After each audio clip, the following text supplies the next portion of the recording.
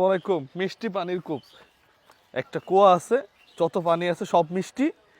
এই কুয়া থেকে পানি তুলে খাইলে আপনার সকল রোগের মুক্তি। তাও বলছে কি, আমি একটু বলে দেই, এই যে হুজুর বলছে। আপনি বলছেন তো নাকি? না না, আমি বললাম যে এটা ভাইরাল করে দেন, দেখবেন যে বাংলাদেশে চালু হয়ে যাবে, এগুলো চলে বাংলাদেশে। বাংলাদেশে চলে? হ্যাঁ। আসেন দেখি একটু। আপনি একটা দামি কথা বলছেন কিন্তু। হ্যাঁ,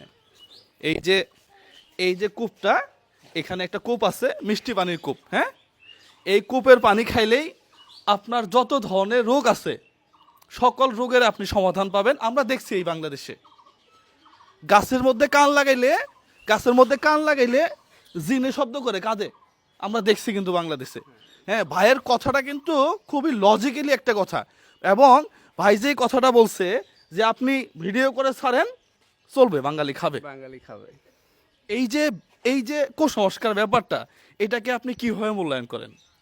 এটা থেকে আমাদের আস্তে আস্তে বের হয়ে আসতে হবে, এগুলো কুসংস্কার প্রথার থেকে বের হয়ে আসতে হবে এবং আমাদেরকে আসলে কোরআন সুন্নাহ অনুযায়ী চলতে হবে।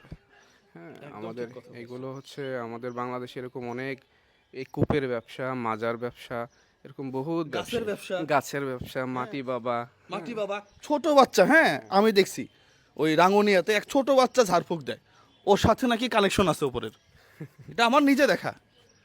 হ্যাঁ, এগুলা কি টোটালি কুসংস্কার না? এগুলো টোটালি কুসংস্কার আসলে। এই যে কুয়ার পানি খাইলে আপনি ভালো হয়ে যাবেন, নদীর পানি খাইলে, মানুষ কাদা খাইছে, আমাদের বাংলাদেশের মানুষ খাইছে না? কয়েকদিন আগে দেখলাম কাদা খাইতেছে, কাদা খাইলে নাকি সে ভালো হয়ে যাবে। এক আজব ব্যাপার, আজব ব্যাপার সত্যি। আপনার এই ভিডিওগুলো শেয়ার করবেন, করে এই ধরনের কুসংস্কার থেকে দূরে থাকবেন। পাশাপাশি কোরআনে বা আমাদের হাদিসে এই ধরনের কোনো কিছু আছে কি ভাই?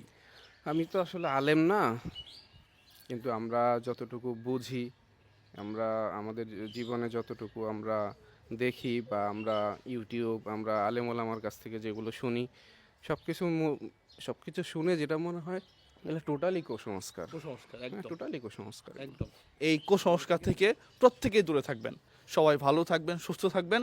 স্বাস্থ্যই আপনার সম্পদ। আপনি মাটি কেন খাবেন? আসসালামু আলাইকুম রহমতুল্লাহ।